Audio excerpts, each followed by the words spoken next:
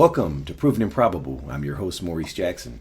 Joining us for a conversation is Anthony Milewski, the Chairman, CEO, and Director for Cobalt 27, which is a leading electric metals investment vehicle that offers exposure to metals integral to key technologies of the electric vehicle and battery energy storage markets. Mr. Milewski, welcome to the show. Hey, thanks a lot for having me, and excited to be on here for the first time.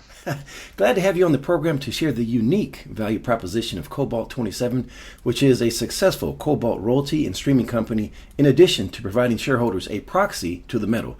To really appreciate the context of today's interview, Anthony, I believe it may be best that we provide listeners with a basic overview on the global demand for electric vehicles, in which cobalt is an essential metal.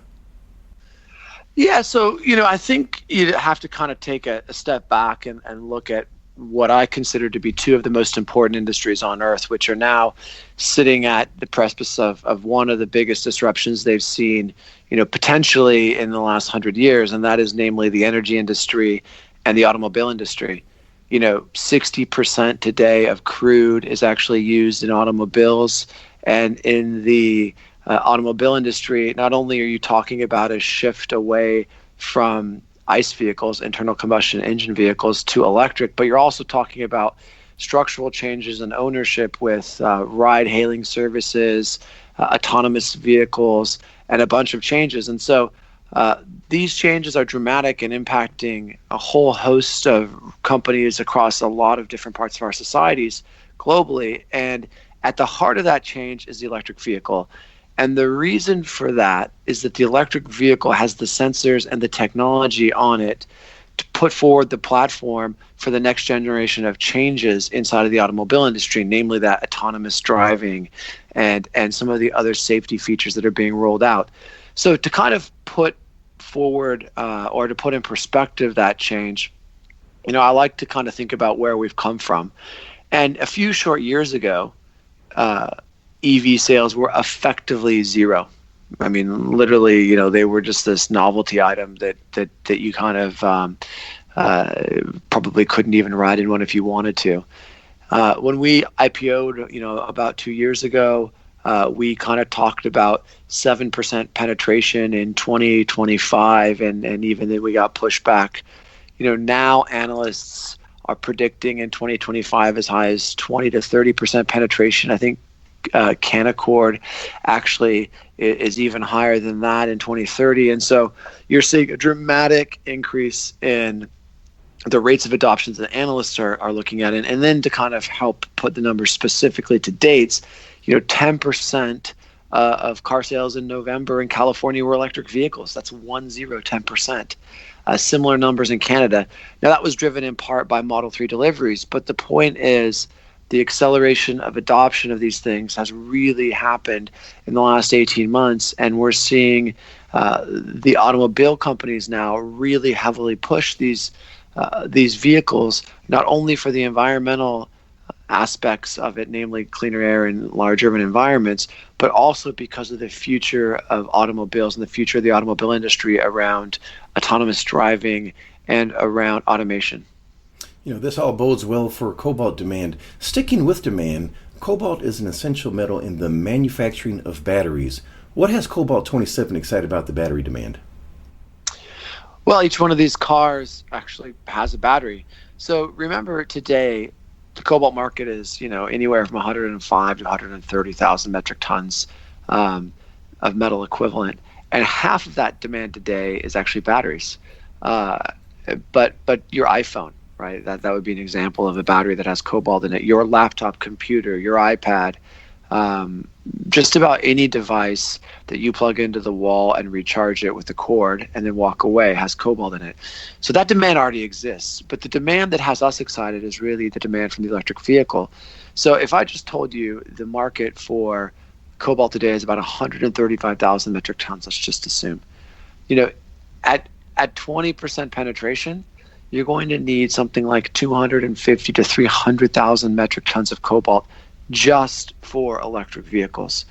So what you see is, as the adoption happens, the actual use of cobalt grows exponentially, and we're seeing that happen, as we speak now with adoption rates and sales of these vehicles.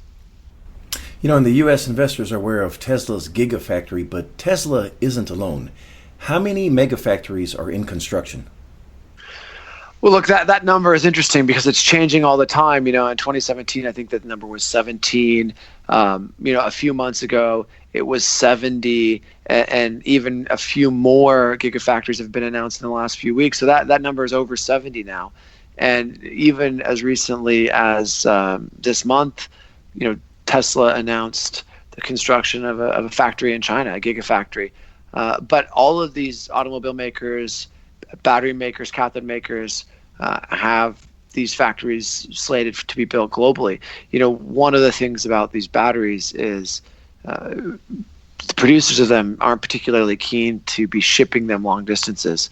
And so, unlike an automobile, which, is kind of highly consolidated in where it's manufactured, what you're actually seeing is a lot of different gigafactories being built globally around the world at a very quick pace. I mean, the pace is almost monthly. There's more gigafactories announced. To truly appreciate the demand for cobalt in the 70 plants that are under construction, how is that number juxtaposed to the mega factories that were in construction just in 2017?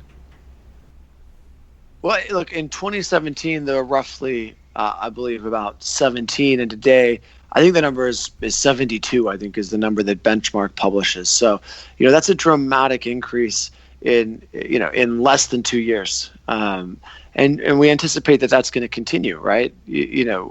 Right now, analysts are talking about, 10, 15, 20% penetration. But, what happens when 80% of all cars are electric? And so, we anticipate that going forward, that story will just continue to accelerate over time as adoption increases. Let's move on to supply and see how these factories will meet production. There are some concerning challenges on the supply side of cobalt, which really makes the value proposition exciting for Cobalt 27. Where and how is supply currently being satisfied? So it's interesting. The geology of the world is such that over 70% of cobalt comes from the Congo. And by the way, it doesn't come from the Congo. It comes from one little tiny area in the Congo. If you think about OPEC at its peak, it didn't control 70% of the world's oil. And so, one of the problems with cobalt is simply concentration risk. It comes from the Congo, where there are alleged human rights violations associated with mining it, and it's tough. So I think that's kind of part of the story. And the balance of the story is that it comes from nickel outside of the Congo. So in the Congo, it's copper. In the rest of the world, it comes from nickel, in Canada and Australia in particular, but also places like Russia and Cuba. And those nickel projects, not all of them, but many of them are nickel laterite projects with enormous capexes that have overrun. And so, it's not as if, outside of the Congo, you can simply just go and dig up cobalt. Now, in the Congo, it's slightly different. One of the things that we've seen is the ability to have artisanal cobalt. And so, the price of cobalt ran up to $44 and has now since eased off. And it's eased off in large part because of artisanal mining. And artisanal mining can mean different things to different people. It typically means that an individual is showing up and shoveling cobalt. That actually, in some cases, is actually legal in Congo. That's not illegal per se, although most of the time highly environmentally damaging. However, what the problem is in the Congo is that, or the allegations are, is that often child labor is used for that artisanal Congo. And so you have concentration risk, and then you really have supply chain risk. And you really have a need now from the automakers and the consumers and the battery makers to kind of secure the supply chain and really be able to communicate to the consumers of the automobiles that when they buy that car, that the cobalt was ethically sourced and produced. Sir, you referenced that 70% of cobalt comes from the DRC. From an offtake standpoint, how can manufacturers confidently rely on the DRC to meet their production needs? I think it's a real challenge. So, obviously there are companies like Glencore who are, perfectly capable counterparties for the battery makers and cathode makers. But it's a wider issue, and it's an issue that's being addressed and is going to have to be addressed going forward, which is how do you secure clean cobalt, as it were. And I don't think you can if you are actually sourcing artisanal cobalt. I think there are solutions that could be put in place to actually do that. But I think today, if you are an end user, a consumer of cobalt, you really need to source that cobalt from outside of the Congo or from a mechanized miner. Whereas if you're getting it from artisanal mining, there's a great Wall Street Journal article about this kind of last year, third or fourth quarter.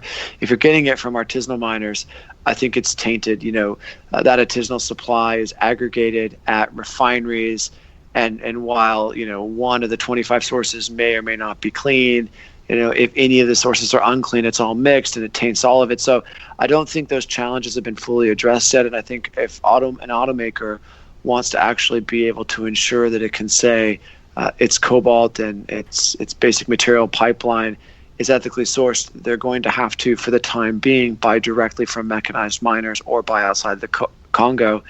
Going forward, they're going to have to consider whether or not they're prepared to invest directly into mining companies or create pretty different environments around the artisanal mining in the cobalt, in the Congo. You alluded to it, but just for confirmation, does Cobalt 27 have any offtake and or holdings in the DRC? No, we absolutely do not invest in the Congo. We don't buy cobalt out of the Congo. We don't have streams or royalties in the Congo. From our perspective, we sit and we watch some of these large mining companies have problems in the Congo and with multi-billion-dollar market caps. And if they're unable to successfully navigate that environment, I think it would be a challenge for us to think that we could do that. So we've steered completely clear of it, and I think that's one of the offerings of Cobalt 27 is conflict-free cobalt. From a sovereign standpoint, which countries have a strategic stockpile of cobalt? Historically speaking, the U.S. and China did, but the U.S. government sold down their stockpile for the last decade, and today, really, China has the key sovereign stockpile, and they don't. There are different numbers about how large that is. I think it's a pretty material stockpile, but it's not used for batteries. Cobalt is critical in the aerospace industry, and so the cobalt that the Chinese government has stockpiled is likely earmarked for, jet engines and missiles and that type of thing, as opposed to batteries. Now, from a manufacturing standpoint, which automakers have a stockpile of cobalt? I'm not aware of any. I suspect there could be, but I don't think publicly there are any. Now, cobalt is a byproduct primarily of nickel and copper mining. So how does the spot price of nickel and copper affect cobalt? Well, over time, nickel and cobalt have actually been fairly correlated if you look, although that's not been the case certainly in 2019 as nickel is up 20-something% and cobalt is down. But I think the key correlation is that over time, in order to get increased cobalt production, you're going to need to see higher nickel prices and probably copper prices. What is the current spot price of cobalt, and how is that in relation to the historic prices? Yeah, so today cobalt is in the mid-teens. There are different types of cobalt. There's a metal, even within metal, there's a high grade and a low grade, and there's a hydroxide. And so there's a bunch of different products, but I would say it's in the mid-teens. And, it's actually right now, it's cheap, like on the inflation adjusted 20-year average, cobalt price is closer to $22. So cobalt's actually looking like a pretty strong buy as a metal at the moment. For our audience members, we now see the value proposition we have before us in cobalt. Let's discuss the value proposition we have in Cobalt 27 and how you may profit. Mr. Milewski, please introduce us to Cobalt 27. Sure. Cobalt 27 is really a proxy for the adoption of the electric vehicle. I don't know who the ultimate winner is going to be among the automobile companies, if it's Tesla, if it's Ford, if it's Beijing Auto. Maybe you should own a chip maker, NVIDIA. I don't really know. But what I do know is if there is a winner, then basic materials will be winners. And among those basic materials, we think cobalt will be particularly positioned to be a winner.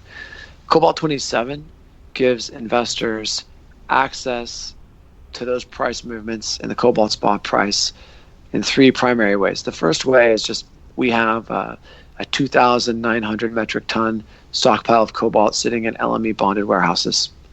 The second is a basket of royalties on nickel cobalt projects globally, large scale projects that give the investor optionality.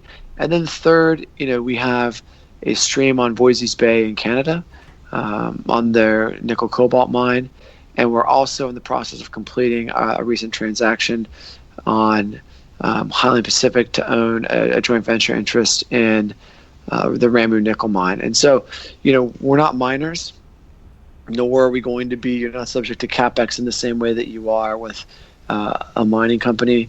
And instead, what we try to give investors is really the maximum torque to that adoption and price move, in the coming, months, days, years, as the adoption of the electric vehicle rolls out. Now, were you able to procure your cobalt previously through streaming deals, or how was that accomplished?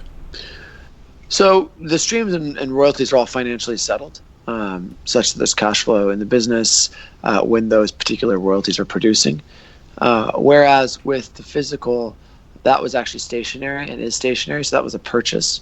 But the nature of a stream is that you typically sell the material into the market as it comes in, and then you take that cash flow and you pay a dividend, you buy back more shares, or maybe you make another investment. Is the ultimate goal to set up offtake agreements with EV and battery manufacturers with your physical storage?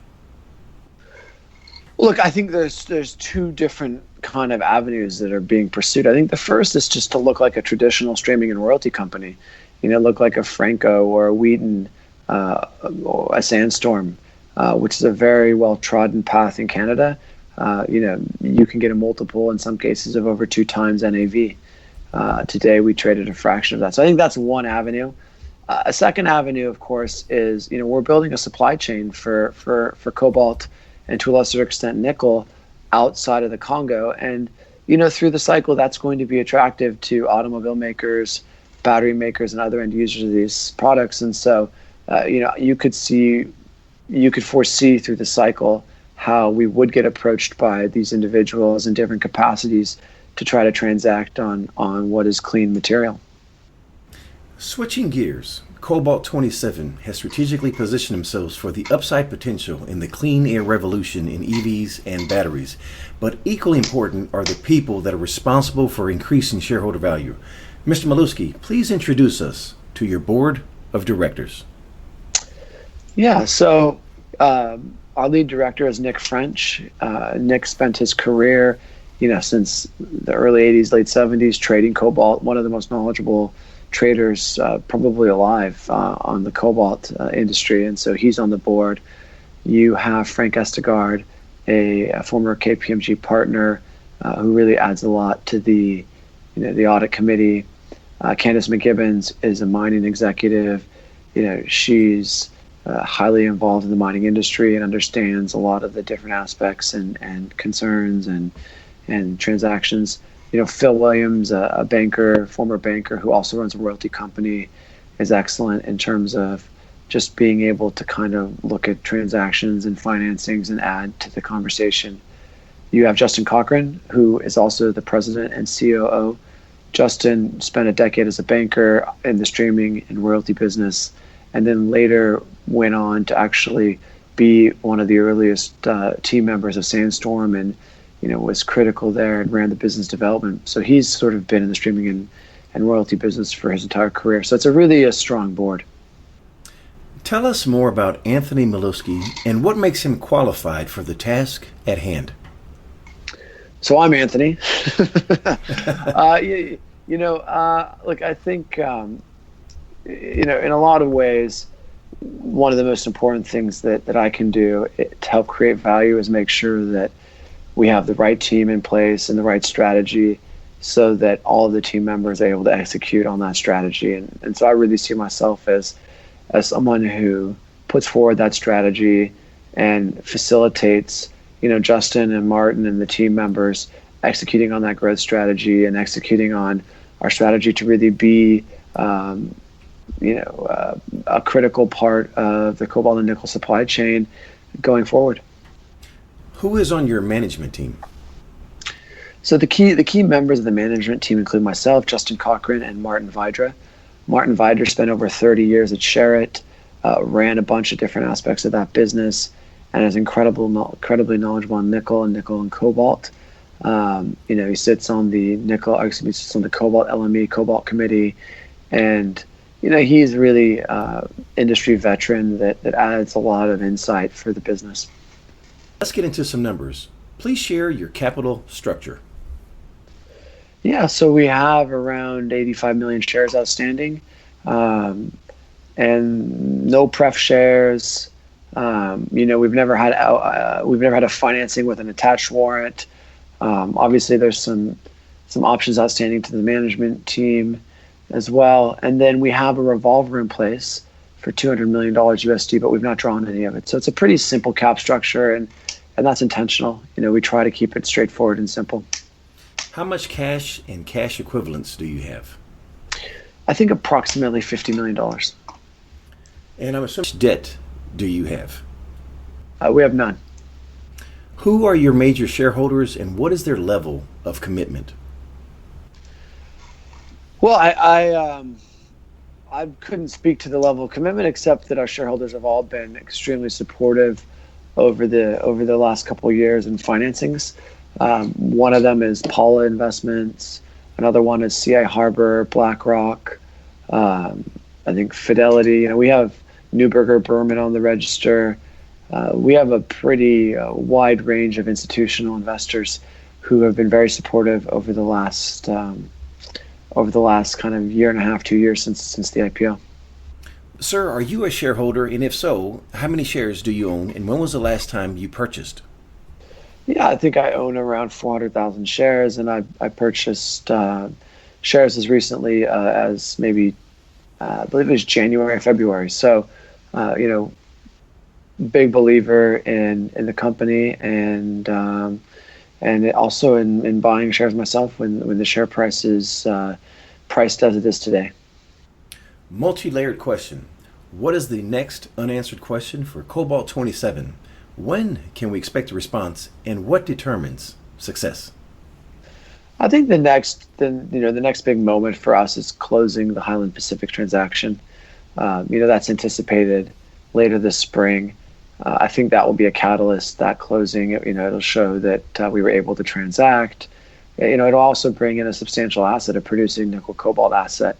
So I think that's definitely the next big catalyst. That's a few months away. And that's heavily driven by regulatory matters in terms of court dates and voting and that sort of stuff.